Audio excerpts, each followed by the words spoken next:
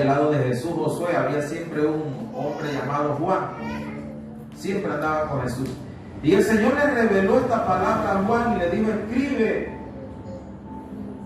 escríbele al pastor, al líder, al ángel de la iglesia que está allá en Éfeso. Y esa ciudad todavía está ahí en Grecia. El que tiene las 7 estrellas en su diestra, que es Jesucristo, el que anda en medio de los 7 candeleros de oro, que es Jesús. Nadie puede andar por ahí, solamente Él, que es sumo sacerdote, santísimo 7 veces.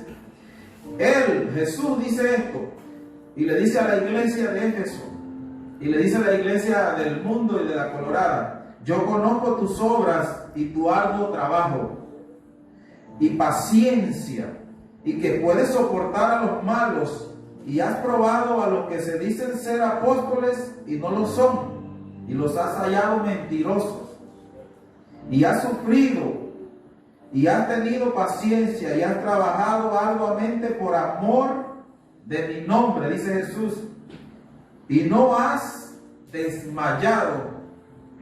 Pero tengo contra ti que has dejado tu primer amor. Recuerda, por tanto, de dónde has caído, y arrepiéntete, y haz las primeras obras, pues si no, vendré pronto a ti y quitaré tu candelero de su lugar, si no te hubieres arrepentido. Pero tienes esto, que aborreces las obras de los nicolaitas, las cuales yo también aborrezco. El que tiene oído, aquí en la tierra hoy día, el 30 de octubre de 2022, oiga lo que el Espíritu le dice a la iglesia: al que venciere, le daré a comer del árbol de la vida, el cual está en medio del paraíso de Dios. O sea que para probar ese árbol hay que estar allá en el paraíso de Dios. 1517 es la... Quizás esta pila igual.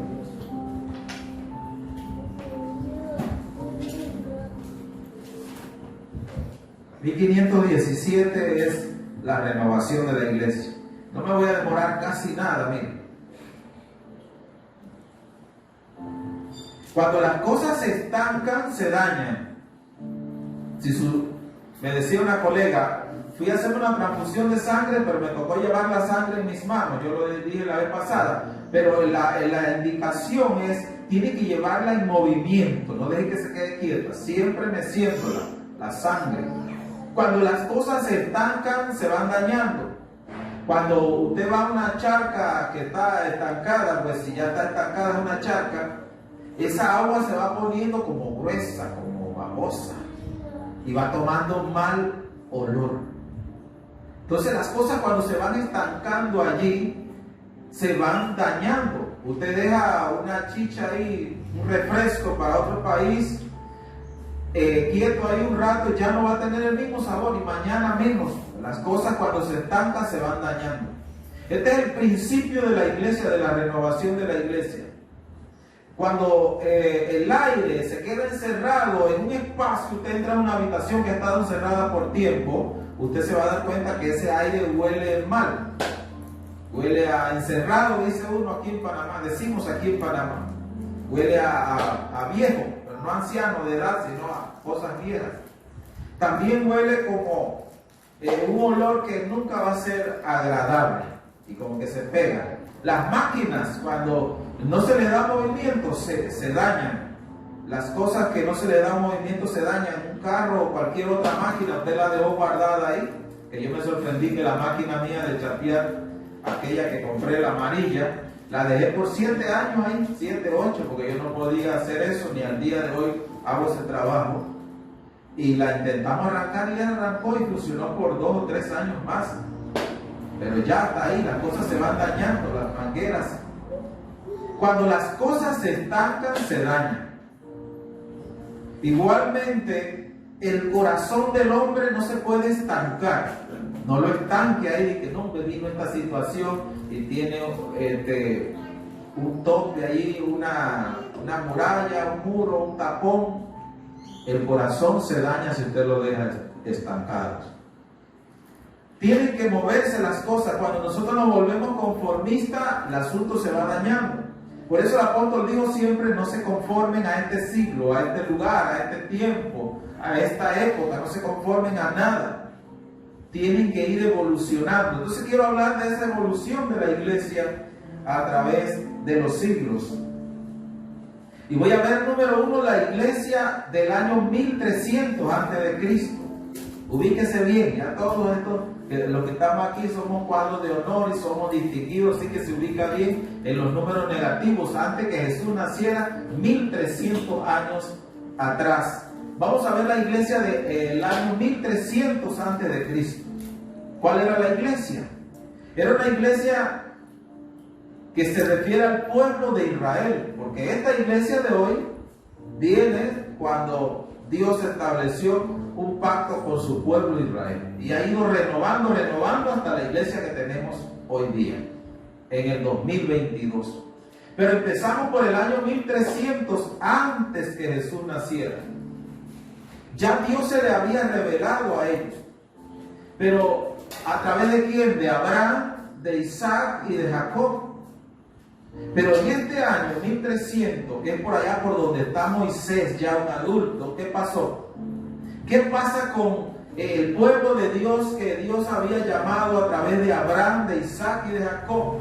Que lo llamó a ser una nación, a ser el pueblo de Dios. ¿Qué pasó con esa generación? ¿Qué pasó con la iglesia del año 1300 antes de Cristo? Cuando ya Moisés tiene su edad, resulta que encuentra una iglesia que se había olvidado de ese Dios. Si usted se fija bien, en el tiempo de Moisés, la iglesia o el pueblo de Dios se había olvidado de Dios.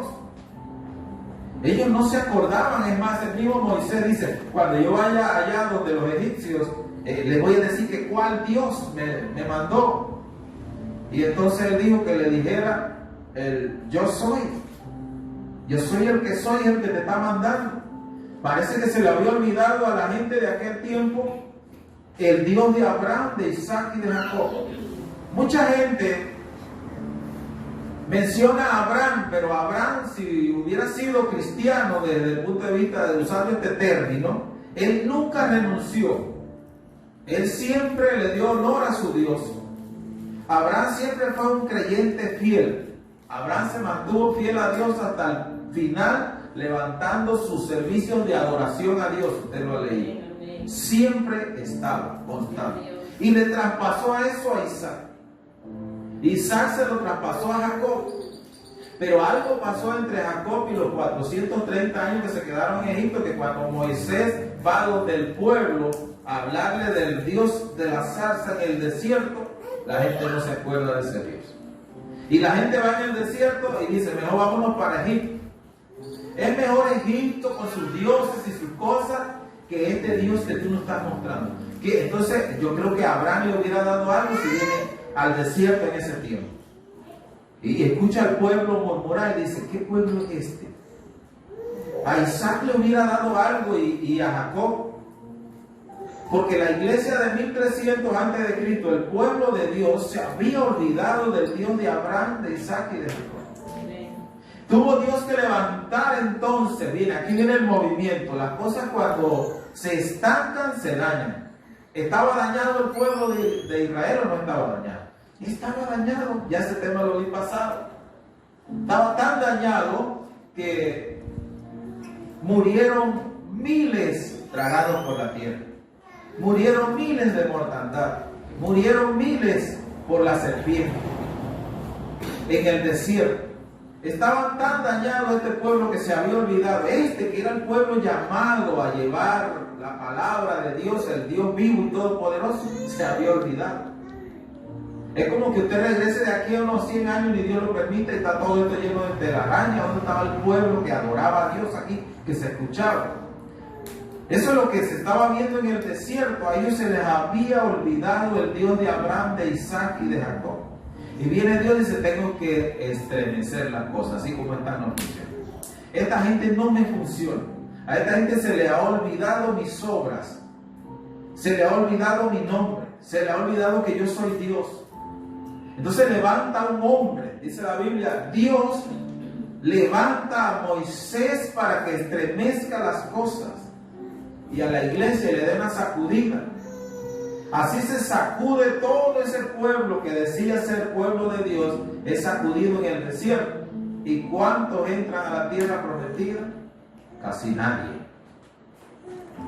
Yo no sé si usted está conmigo, pero la iglesia de 1300 necesitó ser estremecida y Dios hace un cambio y los lleva al desierto para hacer el cambio. Porque si lo deja en Egipto en la comodidad, dice, allá está Moisés haciendo un cambio extraordinario, ¿ves? Y está trayendo las leyes, la ley de Dios y los 10 mandamientos. Dice, no, es que estamos viendo, ahorita estamos frescos aquí en este mueble, viendo la televisión y todas esas cosas. Mejor se lo llevó para el desierto, para que todo el mundo le prestara atención a lo que estaba pasando.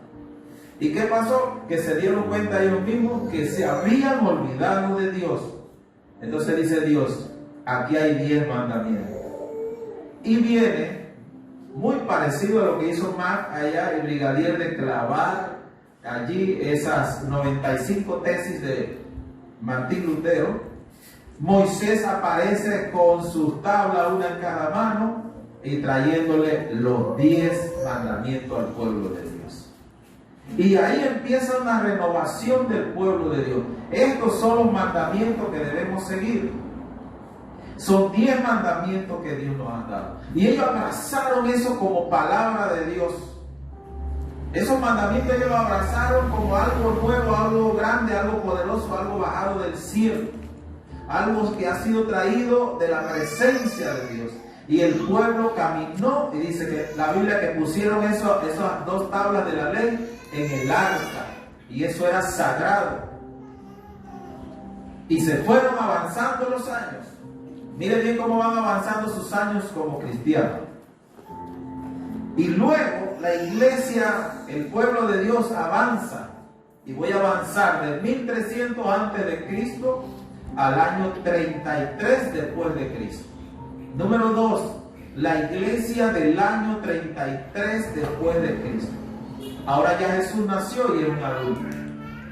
Y viene a la tierra a ver a la iglesia esa, a la cual Él le había dado 10 mandamientos. ¿Y qué se encuentra Jesús? Una iglesia que había invalidado los mandamientos, dice Marcos 7, 6 al 10. Cuando Jesús llega a la tierra, yo sé que Él sabía lo que se iba a encontrar, pero debió encontrarse una iglesia que guardaba los 10 mandamientos. Debió encontrarse personas que amaran la palabra. Pero en el transcurso de esos más de 1000 años, ¿qué se encuentra Jesús? Una iglesia que había invalidado los mandamientos. Le dice él a los fariseos y a los saduceos y a los principales: ustedes han invalidado los mandamientos de la ley de Dios para guardar sus tradiciones. Oiga eso. Cuando Jesús llega a Israel, se encuentra una iglesia que ya no vivía según la palabra, sino una iglesia que vivía según sus tradiciones. Porque las cosas, en la medida que las vamos dejando quietas, se van dañando. Y entonces ellos se fueron conformando con los 10 mandamientos. Alguien le fue dando una idea, moldeando aquí, moldeando allá. Y cuando nos dimos cuenta, no se cumplían los 10 mandamientos tampoco. Así que aparece Jesucristo. Y Dios envía ahora, no a Moisés, sino a Jesús para dar una estremecida a la iglesia. Y lo manda a predicar el arrepentimiento. Voy a resumir toda la obra de Jesús en esta sola cita. A predicar el arrepentimiento en Marcos 1:15. A que crean en el Evangelio. Grábeselo ahí bien. Cuando Jesús vino, dice: ustedes, toda la iglesia, ustedes son sepulcros blanqueados. La mayoría son hipócritas. Dicen una cosa pero hacen otra. Aman el que hacer las cosas en público para que les aplaudan. Y eso no es lo que dicen los 10 mandamientos. Así que mi Padre me ha enviado a predicar ahora el evangelio del arrepentimiento. Entonces, ¿qué le estaba diciendo? Algo fácil, algo duro. Le estaba diciendo a la iglesia del 33 después de Cristo: todos necesitan arrepentirse. ¿Cómo? Si tenemos los mandamientos de Dios, la ley de Dios. Nosotros hemos caminado en ellos por toda la vida. Y nuestros antepasados. Y tú que vienes ahora nos vienes a decir esto. Todos necesitan arrepentirse. Por eso es que a ellos les crujían los dientes y recogían los puños. Porque decían, nos están mandando, nosotros que andamos tan bien vestidos y elegantes, necesitamos arrepentirnos. Sí, todos ustedes necesitan arrepentirse y abrazar el Evangelio, el nuevo pacto. ¿Qué está pasando con la iglesia de ese tiempo? Que de nuevo se había estancado, y cuando las cosas se estancan, se dañan. Y aquí me voy a ir a lo que dice el libro de Génesis. En el principio creó Dios los cielos y la tierra. Y la tierra estaba desordenada y vacía. ¿Estaba cómo? Desordenada. Bueno, las cosas están desordenadas, puede ser que haya algo bueno ahí, pero como está desordenado no se ve. Y estaban vacías. Jesús, cuando vino en su tiempo, encontró una iglesia vacía. Cuando Moisés encontró la iglesia, la encontró vacía. Ya no tenían al Dios de Abraham, Isaac y Jacob. Se habían conformado a la buena vida, a Egipto, a los manjares, a las carnes guisadas aunque era un trabajo fuerte para ellos, les gustaba más aquel lugar, José. Vivir a la orilla del río. Nunca se quejaron del agua allá, pero se quejaron del agua en el desierto. Cuando Jesús viene en el año 33, se encuentra una iglesia vacía, nada más viviendo en sus tradiciones. ¿Y qué pasa aquí, amado hermano? Que Él viene a estremecer la cosa. ¿Qué empezó a estremecer todo? El Evangelio de Dios. Algo nuevo. ¿Eso qué es el Evangelio? Decían los fariseos y los saduceos. Las buenas nuevas de salvación. Usted necesita arrepentirse. Sí, yo necesito arrepentir. Usted también, por más bien vestido que esté, y usted, todos necesitan arrepentirse. Anás y Caifás necesitan arrepentirse y convertirse nuevamente. Porque las cosas se habían estancado y Jesús trajo el nuevo pacto. De este punto donde Jesús hace esta estremecida, la iglesia, voy a saltar a la iglesia del año 100. Estaba en el 33. Voy a irme al año 100. Ya Jesús no está, Jesús se fue en el 33. Ahora me voy a ir a la iglesia del año 100. De 33 a 100, ¿cuántos años hay? ¿Quién sabe? A ver, los cuatro de Dios. Del año 33 al 100, ¿cuántos años hay?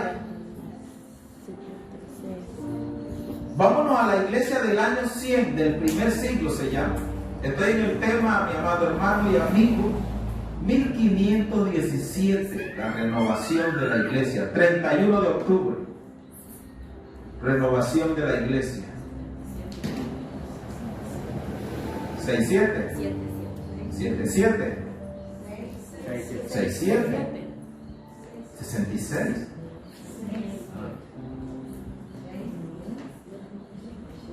Son 77. 77. Vamos a revisar esos créditos. 100 menos 33. 77. No, usted nada más le pone los dos 7 debajo de los dos 3, pone 7 y 3 y ella, la 0. Bien, vámonos a la iglesia del año 100. Ya Jesús se fue, ya se predicó el Evangelio por todas partes. ¿Qué pasa en el año 100, amado hermano y amigo? ¿Qué estaba pasando con la iglesia del primer siglo? Nada más hacían unos años, unas décadas, y aquí está pasando algo. ¿Qué había? Había una iglesia que dejó su primer... Esto es inaceptable porque es la iglesia que hace 77 años. 6, 7. No es 6, 7. La iglesia de hace unas décadas.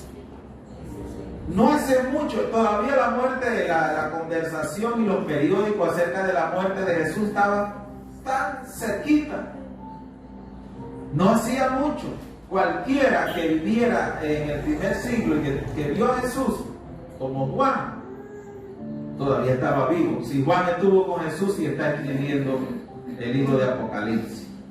Así que mucha de esa gente estaba viva.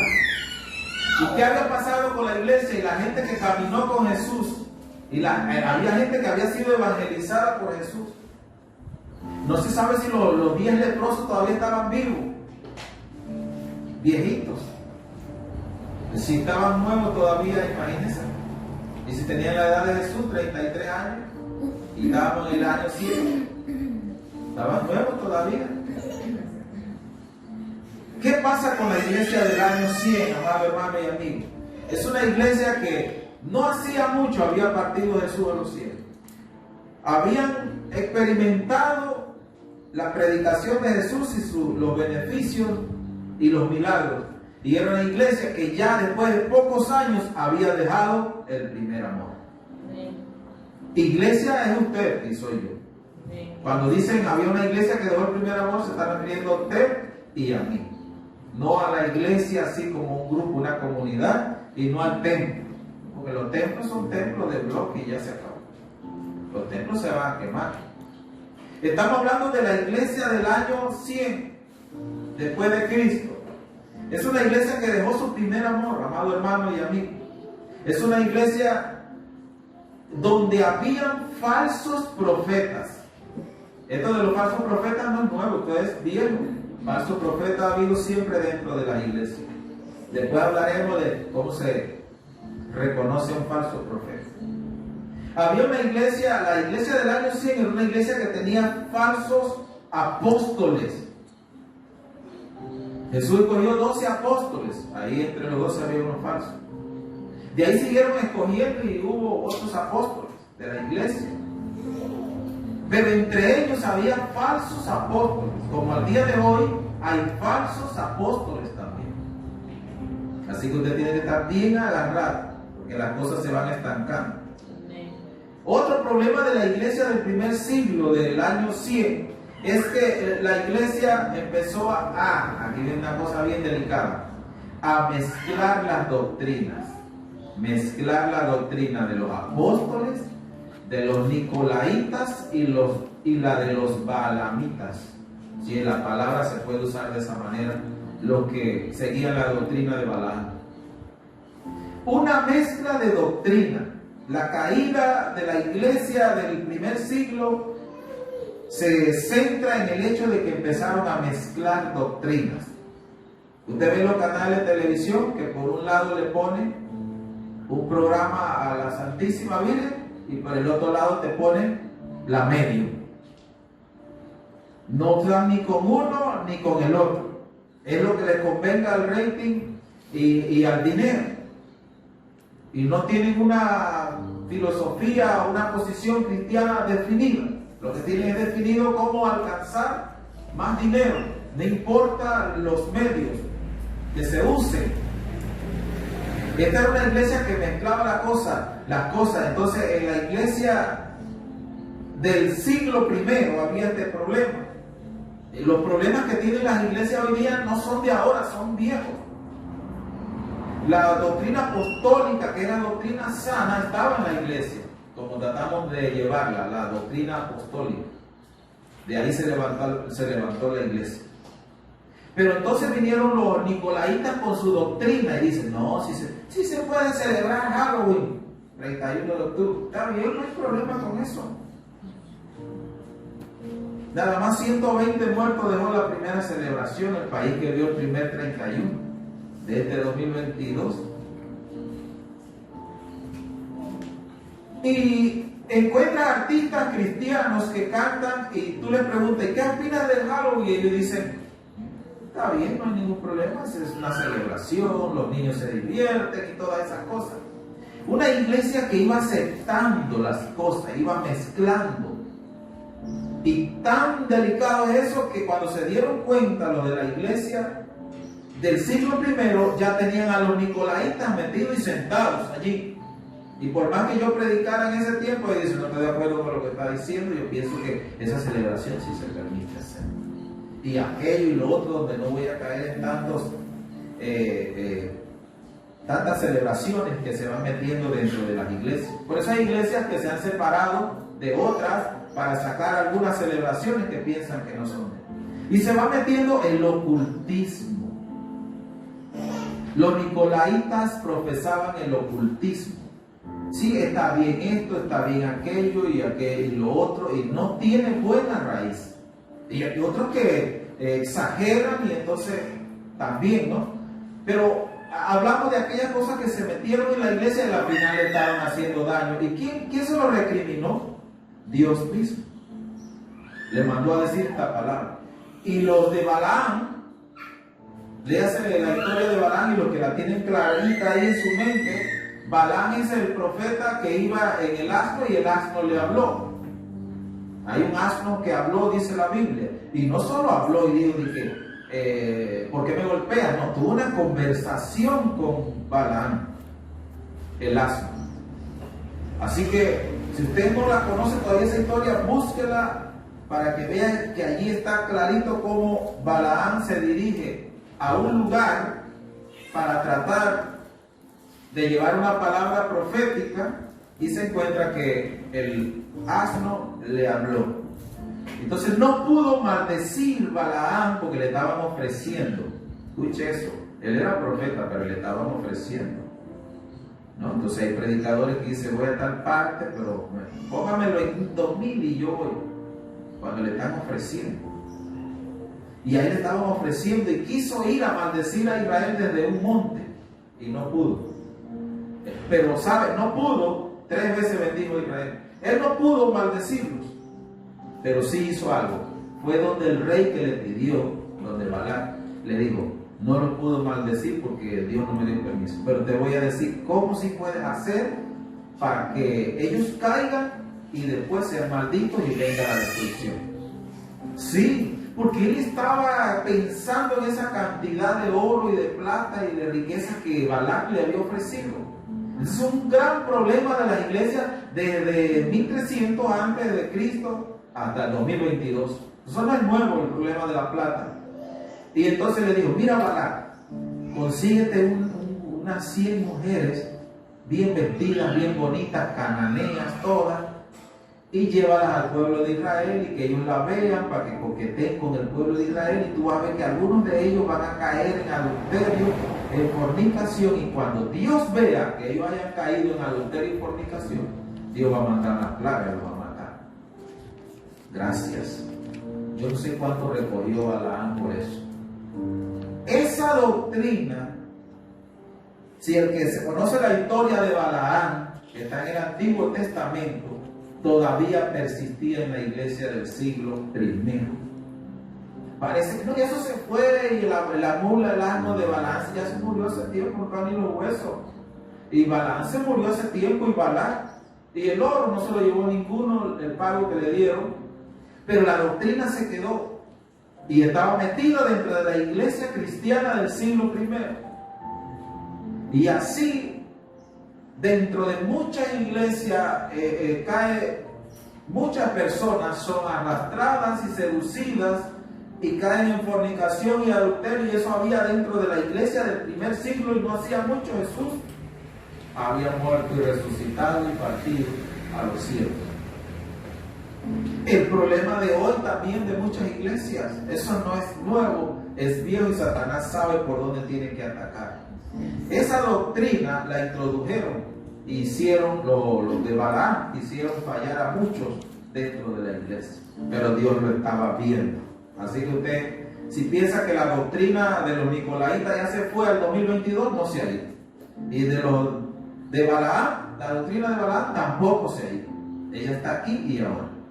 Por eso hay un predicador muy famoso en el mundo que la forma que encontraron de hacerlo caer fue esa, una trampa con una mujer, con una moabita o una, no sé, cananea, lo que sea, filistea, egipcia, y cayó. Esa doctrina está aquí efectiva desde todos los siglos. Esa es la iglesia del siglo I, del año 100 después. Y voy a cerrar, amado hermano y amigo, con la iglesia de 1517.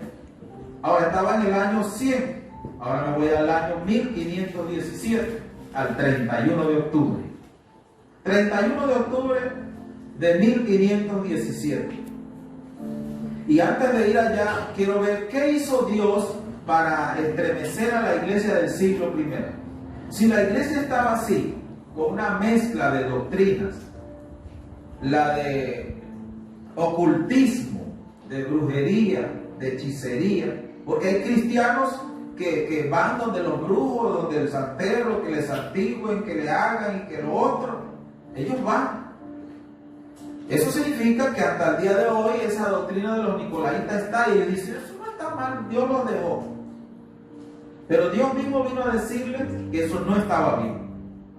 A través de Juan, le dijo, Juan, escribe esto que no está bien. Y Juan lo escribió. Y Dios envía una renovación profética para la iglesia del primer siglo a través de Juan. Y manda un mensaje a las 7 iglesias. ¿Sabe cómo fueron sacudidas las 7 iglesias de ese lugar? Con una carta que les llegó del apóstol Juan. Voy a robarme la carta de ustedes. La iglesia, esas 7 iglesias del siglo I les llegó una nota. ¿Sí? Cualquier día estaban reunidos así. Aquí manda Juan. Entonces el que estaba dirigiendo dice carta del apóstol Juan a la iglesia de Éfeso, a la de Esmirna, Tiatira, Filadelfia y todas esas iglesias. Y empieza a leer. ¿Qué te cree que pasó? Le estaban diciendo clarito lo que estaba pasando dentro de las iglesias. Y Dios le dijo, el Espíritu Santo habló y dijo, tienen que arrepentirse antes que yo quite la luz de ustedes de la iglesia. Ahora, si yo les digo a ustedes cómo está la iglesia de Éfeso, de Esmirna, de Filadelfia, en todos esos lugares, no está. Esa iglesia que se les mandó las cartas, no está. Habrá unos que otros, pero ese renacimiento que hubo del Evangelio, esa explosión del Evangelio que hubo en el Asia Menor, no está. ¿Usted me escucha? Eso está en América Latina. Por eso nos vinimos para acá, para el 1517 y el 2022. En América Latina y en América está el Evangelio pujante y avanzando, y en muchos lugares, en África, lugares muy distantes, y ahora que están tratando de entrar en Asia. Pero esas cartas fueron leídas, muchos de ellos se arrepintieron cuando vieron esto, antes que se ha quitado el candelero de ti, la luz que alumbra la iglesia. Y por eso muchos partieron, y hoy día no se sabe, y alguno dice, por esto, por aquella razón. Pero Dios mandó una renovación a la iglesia, le habló clarito y se lo mandó escrito así, para que se arrepintiera. Y gloria a Dios que muchos de ellos se arrepintieron. Y la iglesia se siguió expandiendo hasta el día de hoy. Ahora sí voy a 1517. Vino una renovación del Espíritu con la carta a las 7 iglesias en el año 100. Y la iglesia empezó a avanzar por todas las comunidades, los pueblos y las naciones. Pero ahora vamos a 1517. Vamos a ver esa iglesia cómo está ahora en 1517. Ahora ya pasaron más de 1000 años, 1400 años. Y la vamos a revisar la iglesia en 1517. Era una iglesia que no permitía la lectura de la palabra. Mire esa iglesia. Y estaban mejor preparados que mucha gente atrás. En 1517 no se le permitía a los cristianos que leyeran la Biblia. Usted no jamás hubiera tenido esta bendición. Hay mucha gente que nunca aprendió a leer en la Edad Media, en su postrimería y el inicio de la Edad Moderna. Por eso grabé de cerca a Emanuel, que estaba haciendo el papel de Luther. Porque eso fue trascendental en este tiempo. La iglesia de 1517 no permitía que se leyera la Biblia. 2. Solamente se podía predicar en las iglesias, pero en latín.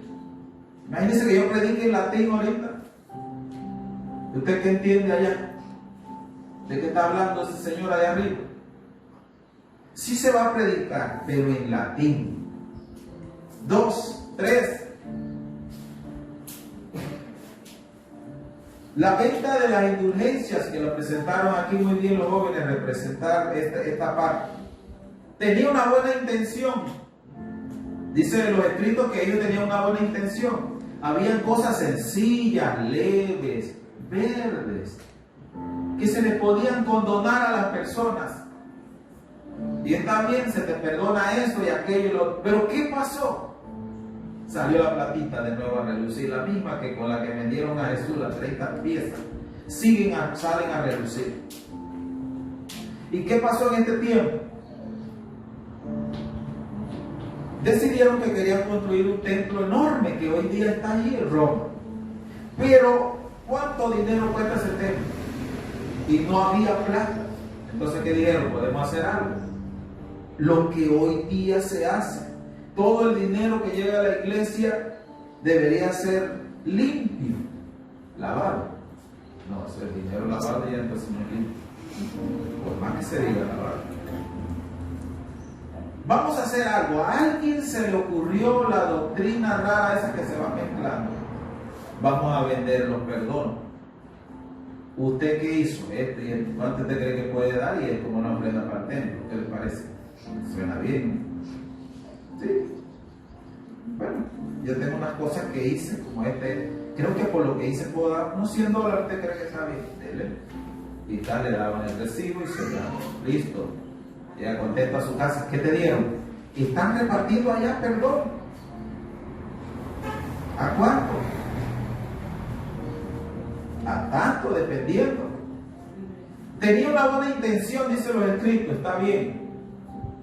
Pero como siempre sale el dinero a relucir, vamos justificando las cosas y decimos que están bastante bien, al punto que entraron miles y miles de dólares, que no eran dólares, acuérdense, para poder construir ese templo. Así que en ese templo hay una cantidad de dinero que está ahí invertido por causa de las indulgencias. Esto vino a colmar a la gente de ahí, a otros que ya decían que esto no estaba bien. Esto no está bien lo que se viene haciendo en esta iglesia, que se ha ido estancando. Esto no está bien. Así que dentro de esta iglesia se levantaron varias personas y fueron reducidos. Hasta que en 1517 se levanta Martín Lutero y dice, esto no está bien. Pero fue sabio, con sabiduría de Dios. Y escribió las 95 tesis y la puso en la puerta de la universidad y del templo. Y dice ahí, ¿por qué no discutimos estas cosas que no se ven muy bien, que se están haciendo hoy día 1517? Yo leí las 95 tesis y hace énfasis el más fuerte es en las indulgencias. Y podemos ver allí que esta iglesia, aparte de eso, no permitía que la Biblia fuera impresa. Así que imagínese una iglesia, usted viviendo en 1517 y dice, quiero leer lo que usted está leyendo y no, usted no lo puede leer. Quiero saber lo que usted está hablando y predicando, tampoco puede saber eso. Pero si Jesús no predicaba abiertamente para todos los pueblos y naciones y en diferentes lenguas, ¿sí? Y entonces, ¿por qué la iglesia de 1517 está en esta situación? Era necesario entonces que lo que se había estancado fuera estremecido. Y así entonces, por el Espíritu Santo, Dios motiva a este hombre, dispuesto, dice, dejo mi carrera, él era reconocido, dejo mi carrera. No era uno de los de arriba que sabía bastante que eso no estaba bien. Mucha gente sabía que eso no estaba bien. Mucha gente sabía que estaban haciendo mal, pero mucha gente no se atreve a hablar tampoco, porque se meten en problemas. Los podían matar. Y este hombre fue valiente, porque dijo, yo voy a enfrentar esto, pero lo voy a enfrentar como que hagamos una reunión y vamos a discutir esas 95 tesis. Y casi que en las 95 tesis, él siempre defiende que el Papa estaba en lo correcto, pero que había que discutir estos puntos. Y que la salvación, decía él, viene solamente de Jesús. Amén. No viene de otra fuente. Que de quien se debe hablar es de Jesucristo. Esto no es posición evangélica, protestante, ortodoxa de nosotros, sino que es historia mundial. Amén. Al punto que él dijo, si me van a excomulgar como usted lo vio en la dramatización, que me comulguen. Pero yo estoy dispuesto a pagar el precio. Y él fue movido hasta el día de hoy. Por eso que un sacerdote católico es el que estremeció todas esas cosas que estaban mal en la iglesia estancada de 1517 para que se diera lugar a la iglesia. ¿Cuál fue la que dijeron los muchachos? ¿Le prestaron atención a la? Ellos dijeron dos iglesias importantes que se dieron origen a partir de la reforma. Nace entonces el 31, él hace esta nota. Y puso en la nota, fíjense, eso no es de hace mucho, puso aquí arriba, 31 de octubre de 1517. Por eso que el 31 de octubre se debe celebrar en la renovación de la iglesia. Esa es la fecha que nosotros tenemos que celebrar. Y mire que él es motivado a predicar el evangelio en todos los idiomas. Y cuando se da la apertura, amados hermanos, Gutenberg, que está allá, acababa de inventar la impresora en 1453. Gloria a Dios. Yo lo hice impresora porque es la de aquel tiempo. Gloria a Dios. La imprenta con esas marquillas era lento, bastante lento, pero mucho más rápido que lo que hacían los monjes, pasarlo a mano y los escribas en el tiempo de Jesús, los escribanos en ese tiempo. Y entonces, el primer libro que es impreso es la Biblia. Así aparecen los escritos. Aleluya. Una cosa iba coincidiendo con la otra. Aparece la imprenta y aparece la renovación de la iglesia en este tiempo. Y cuando la iglesia llegó a este nivel, la Biblia fue traducida a ¿qué idioma? Alemán. Los primeros que tuvieron la bendición de ver lo que dice la Biblia, que nadie sabía, nada más lo que sabía en latín. Y lo que iban ahí, de ahí el resto de la humanidad, nadie se la Biblia la tenía en ellos. Y el resto lo tenían en Israel, que son los escritos originales, los más que se pudieron retener, pero eso también estaba dentro de la Torá y no el resto que está acá, que ellos no lo tienen, los judíos. Y poder ver qué dice la Biblia. Usted se imagina eso, que era lo que decía la Biblia en alemán, y del alemán lo pasaron al inglés. Y todo lo que hablaba en inglés, y se empezó a vender tanto la Biblia, y se creó esa explosión de la lectura, y salieron tantos predicadores en 1517 en adelante, y se originó la iglesia luterana, y los calvinistas, y la anglicana, y todo eso. La anglicana es la que dice: aceptamos la reforma que trajo Martín Lutero, por decirlo de alguna manera, y el Papa no es el líder dentro de todos estos principados que hay aquí, y los otros se quedaron en la forma antigua. Por eso hubo un renacimiento de la iglesia en 1517, porque la iglesia estaba estancada y necesitamos remover las cosas. Y en ese remover de las cosas, ese evangelio fue predicado hasta Inglaterra. Y de Inglaterra, cuando llegaron a predicar allá, fueron echados todas las comunidades que abrazaron el evangelio de Jesucristo. Todas esas personas que abrazaron el evangelio, a la mayoría los empezaron a perseguir y echarlos de Inglaterra. Y agarraron barcos y se vinieron. Este es 1517. Y en 1501, Cristóbal Colón había pasado por aquí, por las costas de Panamá. No hacía mucho. Eso está bastante cerca, una cosa con la otra. Y llegaron a los Estados Unidos y la constitución de ellos era la Biblia, se la trajeron impresa ya. Y esas iglesias, pues, todas estaban fundamentadas, esas comunidades y esos estados que están hoy día allí, sobre la palabra. Después de un tiempo quitaron la Biblia y ya no era la constitución. Pero hay iglesias como los menonitas en Estados Unidos que ellos mantienen esto al pie de la letra, viviendo allá, en el campo, adentro.